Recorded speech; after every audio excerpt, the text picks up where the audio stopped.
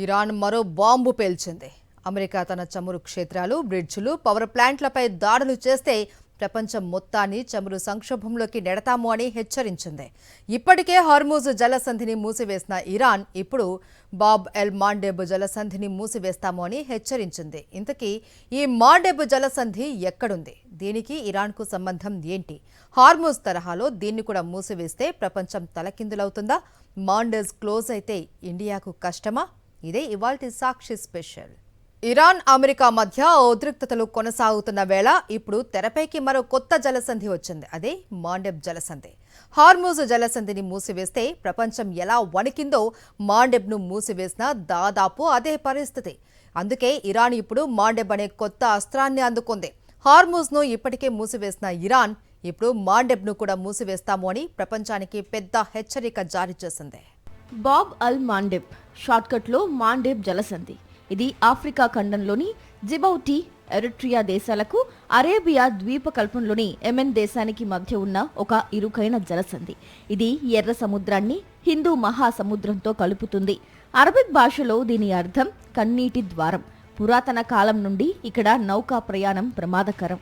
చరిత్రలో చూసుకుంటే ఎన్నో నౌకలు ఇక్కడ ప్రమాదాలకు గురయ్యాయి. అందుకే దీనికి ఈ పేరు వచ్చింది. ఇలా ఎన్ని ప్రమాదాలు జరిగినా ప్రపంచ దేశాలకు ఈ మార్గమే దిక్కు. ఈ దారి వద్దనుకుంటే ఆఫ్రికా ఖండం చుట్టూ తిరిగి ప్రయాణించాల్సి వస్తుంది. అప్పుడు ప్రయాణ కాలం 15 రోజులు అదనంగా పడుతుంది. అందుకే అంతా మాండెబ్నే నమ్ముకున్నారు. సూయజ్ కాలువ దిశగా వెళ్లే నౌకలు, చమురు ట్యాంకర్లకు ఈ జలసంధే ఆధారం. దీని వెడల్పు కేవలం 30 కిలోమీటర్లు మాత్రమే. హార్ముజు తరువాత అత్యంత కీలకమైన జలసంధి ఇది. ఈ మార్గంలో రోజు 45 లక్షల బ్యారెళ్ల చమురు ఎగుమతి అవుతుంది. ప్రపంచ చమురు రవాణాలో ఇది 12%. హార్ముజ్ మూతపడ్డ సౌదీ తన చమురు ఎగుమతుల్లో కొంత భాగాన్ని ఈ మార్గంలోనే పంపుతుంది.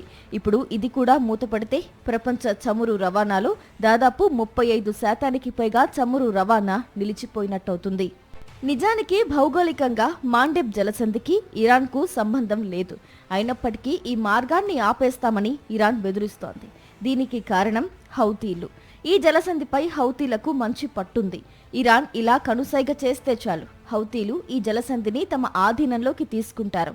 దీన్ని దిగ్బంధిస్తే నౌకలన్నీ ఆఫ్రికా దక్షిణ భాగం నుంచి పయనించాల్సి వస్తుంది. ఇది చాలా సుదీర్ఘమైన మార్గం. ప్రస్తుతం హార్ముజ్ మూసేసిన సౌదీ కొంతమేర చమురు ఎగుమతుల్ని ఈ మార్గంలో పంపుతుంది. ఆసియాకు చమురు కొంతమేర ఈ మార్గంలోనే వస్తుంది. ఇప్పుడు ఇది కూడా మూతపడితే ప్రపంచానికి చమురు కష్టాలు తప్పవు. చమురు సంక్షోభం మరింత ముదురుతుంది. అందుకే ఇరాన్ హెచ్చరికలతో ప్రపంచ దేశాలు గతుక్కుమంటున్నాయి. ఆసియాను యూరప్తో కలిపే అత్యంత కీలకమైన సముద్ర మార్గం మాండెబ్ జలసంధి. సో ఈ ఇష్యూ కేవలం ఒక జలసంధికి సంబంధించింది మాత్రమే కాదు. ఇది ఒక పెద్ద అంతర్జాతీయ రాజకీయ క్రీడగా మారింది. ఈ ప్రాంతంపై పట్టున్న హౌతీలకు ఇరాన్ మద్దతు ఇస్తూ ఉండగా అమెరికా ఈ మార్గాన్ని తమ ఆధీనంలో ఉంచుకోవాలి అని చూస్తుంది. ఈ ప్రాంతంలో అస్థిరత కొనసాగితే హార్ముజ్కు ఏమాత్రం తీసిపోని విధంగా అది ప్రపంచ ఇంధన సరఫరాపై తీవ్ర ప్రభావం చూపే ప్రమాదం తలెత్తుతుంది. మాండెబ్ జలసంధి ప్రపంచ ఆర్థిక వ్యవస్థకు అత్యంత కీలకం. ఆసియా నుండి యూరప్కు వెళ్లే వాణిజ్య నౌకలు సూయజ్ కెనాల్ చేరుకోవాలి అంటే తప్పనిసరిగా మాండెబ్ జలసంధి ద్వారానే వెళ్లాలి. ప్రపంచ వ్యాప్తంగా జరిగే సముద్ర వాణిజ్యంలో మాండెబ్ వాటా 10% నుండి 12% వరకు ఉంటుంది. మరీ ముఖ్యంగా పెట్రోలియం, సహజ వాయువు రవాణాకు ఇది ప్రధాన మార్గం. ఇప్పటికే హౌతీల పట్టు దీనిపై ఉంది. ఎప్పటికప్పుడు నౌకల్ని తమ ఆధీనంలోకి తీసుకుని బ్లాక్మెయిల్ చేస్తుంటారు హౌతీలు. అందుకే ఈ దాడులకు భయపడి మెరెస్క్, ఎంఎస్సి లాంటి ప్రపంచ ప్రసిద్ధ షిప్పింగ్ కంపెనీలు ఈ జలసంధిని వదిలేశాయి. తమ నౌకల్ని ఆఫ్రికా ఖండం చుట్టూ తిప్పి కేప్ ఆఫ్ గుడ్ హోప్ మార్గంలో తీసుకెళ్తున్నాయి. దీనివల్ల ప్రయాణ సమయం 10 నుండి 15 రోజులు పెరుగుతుంది. ఫలితంగా రవాణా ఖర్చులు, వస్తువుల ధరలు పెరుగుతున్నాయి. కానీ ఎవ్వరూ ఏం చేయలేని పరిస్థితి. ఈ కీలక మార్గాన్ని కాపాడటానికి అమెరికా నేతృత్వంలో ఆపరేషన్ ప్రాస్పరిటీ గార్డియన్ అనే అంతర్జాతీయ కూటమి ఏర్పడింది. అమెరికా, బ్రిటన్, భారత్ వంటి దేశాలు హౌతీల దాడులను అడ్డుకోవడానికి ఎర్ర సముద్రంలో తమ యుద్ధ నౌకలను మోహరించాయి.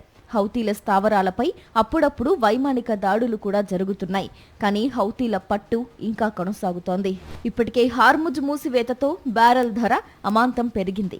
మాండెబ్ కూడా మూతపడితే ప్రపంచవ్యాప్తంగా పెట్రోల్, గ్యాస్ ధరలు సామాన్యుడికి అందనంత ఎత్తుకు చేరుకుంటాయి. ముఖ్యంగా ఆసియా నుండి యూరప్కు వెళ్లే ఆహార ధాన్యాలు, యంత్రాలు, ఎలక్ట్రానిక్ వస్తువులు ఈ జలసంధి ద్వారానే రవాణా అవుతాయి.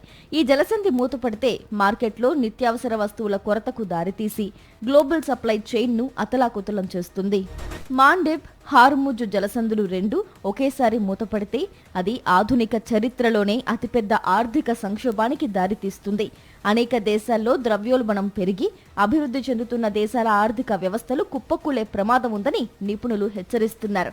ఇది కేవలం ప్రాంతీయ సమస్యగా మిగిలిపోకుండా ప్రపంచ వాణిజ్య రంగాన్ని మాంద్యంలోకి నెట్టే అవకాశం ఉంది. మాండెబ్ వద్ద పరిస్థితి ప్రస్తుతం చాలా సున్నితంగా ఉంది.